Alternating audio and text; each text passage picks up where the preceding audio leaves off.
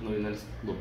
Дали може да почнеме со прашањата? Секако да, добро дојдовте и се надевам дека ќе имаме убав разговор кој што ќе ги задоволи вашите прашања и барања. Како ви се допаѓа работата како директор на основното општинско училиште Кузма Мефодиевски Питово? Значи, мене училиштето ми се допаѓа многу, бидејќи е и самите можете да видите, прекрасно изградено, со нова фасада, нов кров, внатре сме опремени со сите инклузивни лифтови, рампи за ученици со попреченост и слично. Работата во училиштето е интересна бидејќи се работи со деца. Секогаш кога се работи со деца е убаво затоа што се децата искрени и знаат да ти го направат денот убав. Така да и сите нервози кои што ги имаме во текот на работењето се надминуваат со таа насмевка која што ќе видам на лицата на учениците и задоволство ми е да видам дел од овој колектив. Благодарам. Може ли да не споделите со нас како ви поминува еден типичен работен ден? Ако е работен ден, значи доаѓам пред 8 или 8 часот, прво што сакам е да се напијам кафе.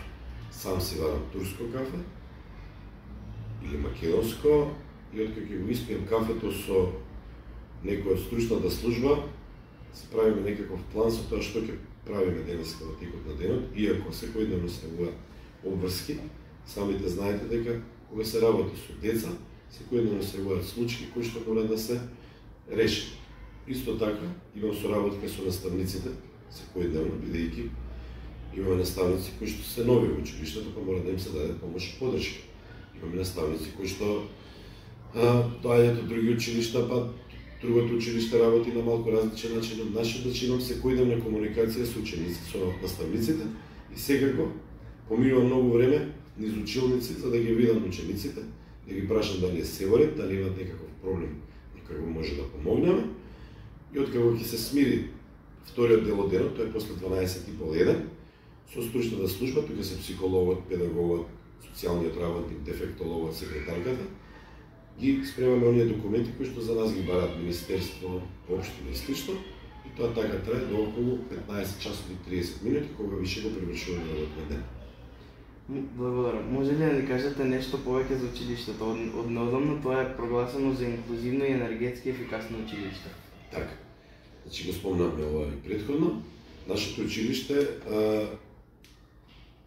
имаше потреба, наш ученик, кој што е дел од тука од нашето училиште, имаше потреба да добие начин, да има начин како да се движи низ училиште. Тоа до пред 2 години не можеше, бидејќи ги немавме сите работи за кои што сега ќе ви кажам.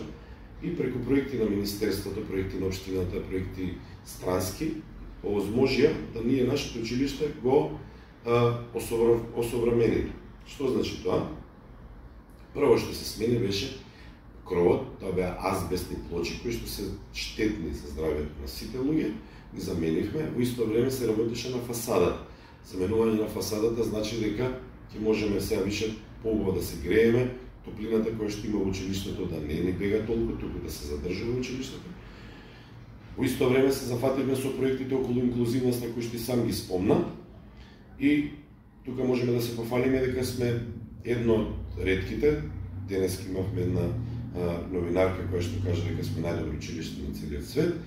Со тоа што имаме лифт, пристапни рампи, тактилни плочи, имаме тоалет за лица со инвалидитет, имаме сензорна соба, имаме тивка соба и сето тоа го опремивме, го направивме да можат ученици со било каква попреченост, телесна или интелектуална, да можат да се чувствуваат пријатно во нашето училиште. Благодарам.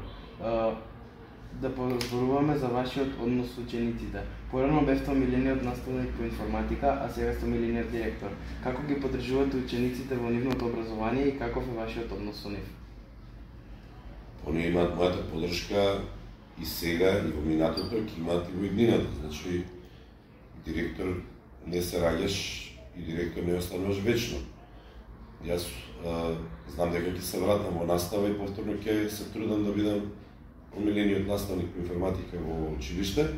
Целата моја идеја е дека кога се работи со учениците мора да се биде пристапен, да се има комуникација и однос искрен, но и да се има авторитет, значи треба да се почитува возрастните деца и така натака. Тоа ми било цел кога сум бил наставник, истото се трудам и сега да го запазам, значи се доека сум директор, не мора да значи дека сум затворен позади оваа врата на ова биро, туку сакам да се движам низ училиштето, да ги гледам учениците, вработените, наставниците, хигиеничарките, сите кои што работат во училиштето или кои што се движат, особено родителите, за да им се најде во некаква нивна помош, подршка за што и да треба да побараат од нас. Таков ми е карактерот, таков сум бил, таков и ќе останам. Добре, благодарам. А кога станува збор за родителите на учениците, дали имате соработка со нив и како ги вклучувате родителите во образовниот процес? Родителите се неизбежен дел на работењето на едно училиште, бидејќи ние сме основно училиште, во основно училиште учат деца кои што се малолетни и секако мораме да имаме комуникација со родителите, бидејќи информациите кои што се даваат до нив, вие можете само како ученици да ги пренесете, но одлуките кои што се носат во име на учениците ги даваат родителите. Имам секојдневна соработка со сите родители кои што ќе ги сретнам во текот на денот. Исто така еднашка месечно Советот на родители, тоа е тело кое што е составено од представници од родителите на сите паралелки, одржуваат состаноци.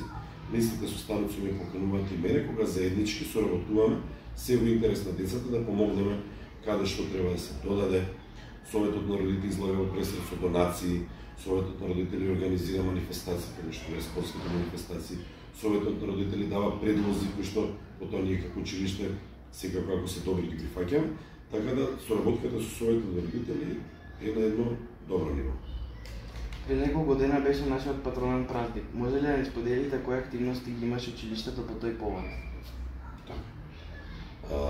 Патронат празник на училиштето се чествува секогаш на 25 февруари, бидејќи оваа година денот 25 беше недела, ние активностите ги направивме изминатата недела, тоа беше неделата од 19 до 23.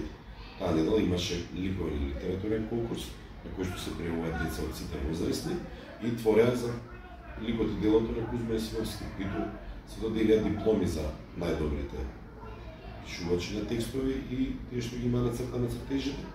Исто така, градот Скопје и Кисела Вода го имаат пистата на Кузма Јасиновски на 3 места и тоа е на нашето училиште во паркот Жена Борец и во Козле, каде што Кузма загинал.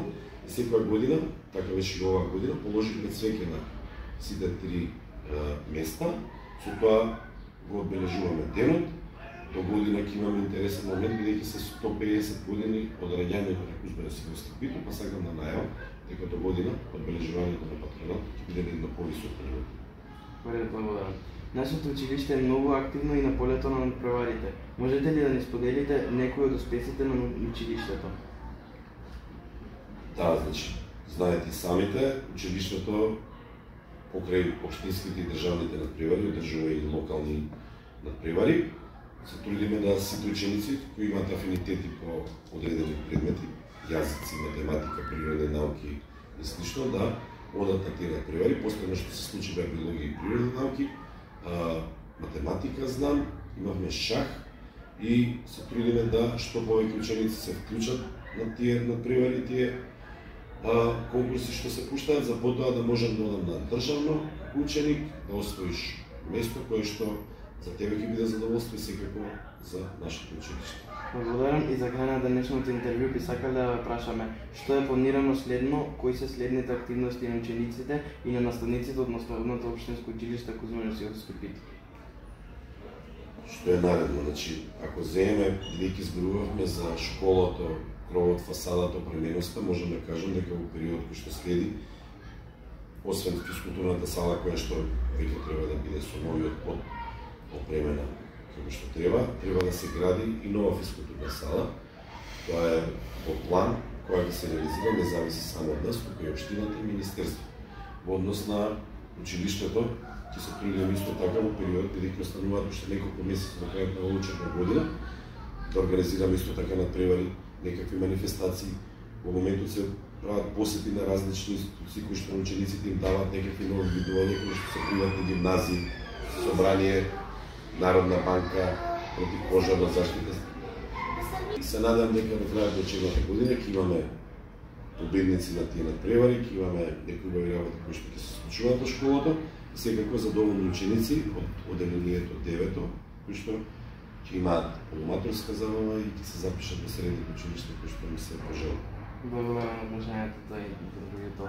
Имајте лов ден. Ви благодарам и на вас, се надевам дека и понатака ќе бидете вакви успешни новинари и честитки за сите вакви активности.